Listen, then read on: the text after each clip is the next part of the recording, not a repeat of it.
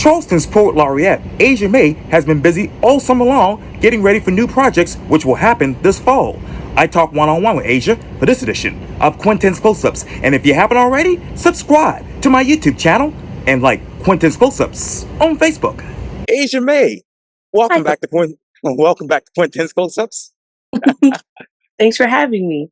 Oh, I appreciate it greatly. Needless to say, you are Charleston's second poet laureate. You are a non-binary Southern poet. Of course, you're a humorist, a model, producer, and culture worker. So tell me this, Miss Asiah, what's new? What's now with you right now? Mm, right now, I'm coming off of a very busy summer, getting ready for fall. Looking forward to being back in schools and doing workshops and helping more kids fall in love with reading and poetry. What do you want to bring from the summer to the fall as far as your poetry? Mm, I feel like this summer I spent a lot of time just reconnecting with the joy of reading and writing. Not necessarily focusing so hard on making something good, but getting myself in a practice. And I think that that's the space that I really want to bring into the fall. I feel like fall helps me get things back organized anyway. So I just want to keep that momentum going. And simplistically speaking, Miss Asiah, what is the biggest difference about reading and writing from when you were growing up to right now? Mm. I don't feel like right now reading and writing for children at least is heavily prioritized the way it was when I was a kid. We had so many different programs that were giving access to all of us, like, kids all over the globe are watching Sesame Street and reading Rainbow and Between the Lions. But because media is so oversaturated right now, like, people aren't finding the things, and I feel like they've got a little bit of a analysis paralysis about like where to go, what to look for, what to do. So it can be a little bit overwhelming. Mm. Whereas I think it was made a lot easier for us to read and write for enjoyment. Oh, absolutely. In the Low Country, Miss Asiah, where can people go and learn more about poetry? Oh, well, there are two communities. The free verse poetry community has a lot of great poets, poetic activities, but their Instagram page also posts a lot about other poetry going on in the city. And the local library. Like, our libraries are huge poetry advocates. They're always talking about what's going on in our bookstores, and even having their own in-place events. So I feel like the library is heavily underutilized for things like that, just being a community hub. How has your poetry become a community hub over the years? Mm. I think my personal poetry, I don't know if it's necessarily a community hub as much as it is a space for me to connect with other people. And then I guess in that sense, it has built its own community. It's allowed me to build community without fear. Hmm. What was stopping you, when you first started poetry versus right now? Mm. What was that fear?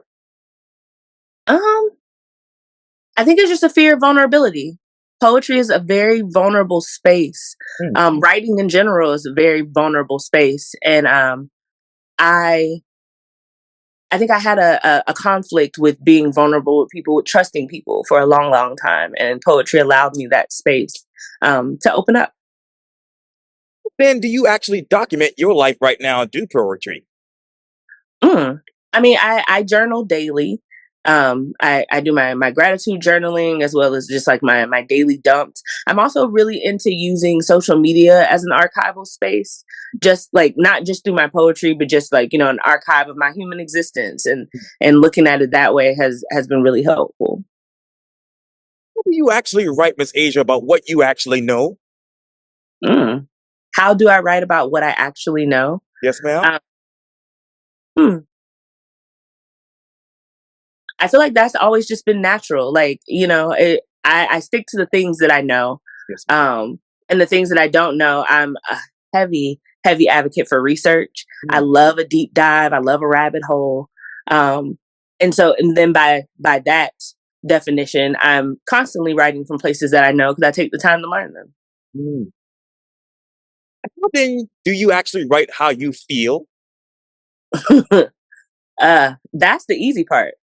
Writing how I feel is easy. Now, making it pretty and putting it into something for other people to connect with, that is the hard part. How do people connect with you through your poetry? Mm. I'm more of a performance poet. So I think that when it comes from my mouth, when they hear it in my voice, I'm able to invoke emotions out of people. And I consider that a superpower. What emotions have you evoked from your own poetry? Oh, I cry a lot in my poems. I'm not a big emotional Right. crier, Yeah. or I'm not a big sad crier. I will cry at the happiest things. Yeah. I cry at weddings, babies' births, all that stuff. But when it comes to me processing hurt and pain and grief, I usually let the poems cry for me. Wow. And this might be a redundant, silly question, but how then do you actually center healing and love with your poetry? Mm. Well, I believe that's what the gift was given to me for. I also feel like I moved from every place in my life from a place of love, or trying to love, trying to understand, always having a more open heart, wanting more understanding. What's that understanding that you want right now when it comes to life and poetry? Mm. I guess I want an understanding of life as it is now, and for people to take that information and to grow and utilize that, to let it evoke an emotion in you that you can move through. In what way, Asia, have you actually been able to grow with your poetry? Oh, wow. I've had poetry for as long as I can remember. I've had writing for as long as I can remember, and I think that that is my constant. That's what reminds me that I'm growing, when I can look back over the things that I've written over the years and be like, oh, I don't feel that way anymore. Mm. Or, oh, I still feel that way, but in different contexts. Like, it is my archive of human existence. What else do you want to archive with your poetry?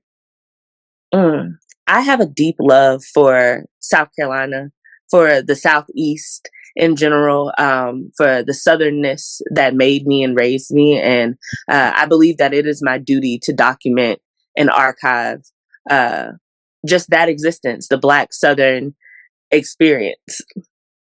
So, what is your poetry approach from a local standpoint to keeping Charleston weird? Mm. Well, I'm not really in a box when it comes to my poetry. I do think that a lot of uh, elders in different spaces think of poetry in one distinct way. And I've been blessed to be born in this generation where people are constantly learning the rules of poetry and breaking it open. And I think that a part of my archiving is documenting that there are new forms being created constantly, that we are all surrounding this nucleus and growing with it, and we're not staying stagnant. Mm. What new form of poetry that is do you actually want to create next? Mm. I don't know, but I've been really enjoying fusing poetry and film and sound and other forms of art. I've really been enjoying that space of realizing that poetry isn't everything. It's just about highlighting it. What else do you want to highlight? Mm.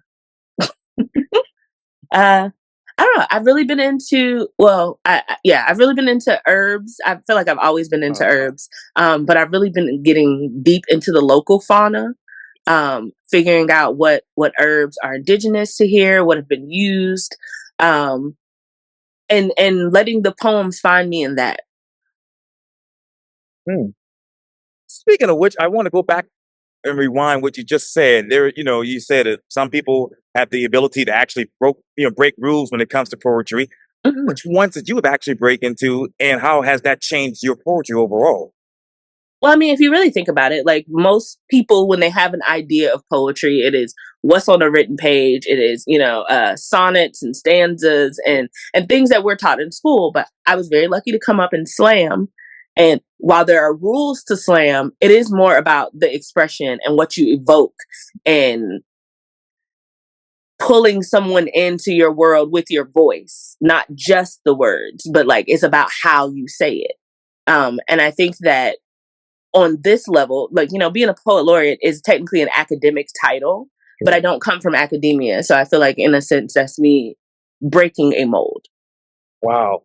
So, well, this might be a difficult question, but locally, how have you been able to draw people in with your poetry, with your voice? Mm. I think people like me.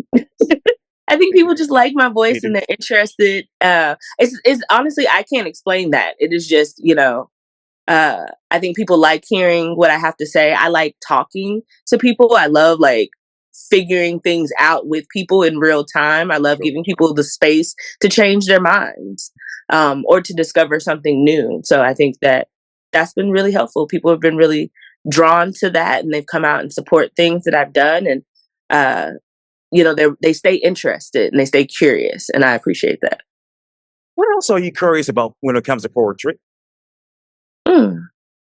I'm again curious about all the forms in which poetry can exist. I know a lot of people who have poetry albums, people who have poetic plays, poetic films, and I'm just really interested in seeing like all the other ways that poetry can be utilized. And one last question for you: how exactly can poetry be utilized in different ways? Poetry isn't everything. Poetry is about the way something is worded to affect you, to again get an emotion, to do something. Um, and I think that is, once people realize that and tap into that, then they see poetry everywhere, and that's the beauty of it. Yes, absolutely, absolutely. Well, Charleston Poet Laureate, a non-binary Southern poet, humorist, model, producer, and of course, cultural worker, Asiah Mae. Thank you so much for your time. And again, welcome back to Quintin's Close-Ups. Thanks for having me again, Quintin. I appreciate it greatly.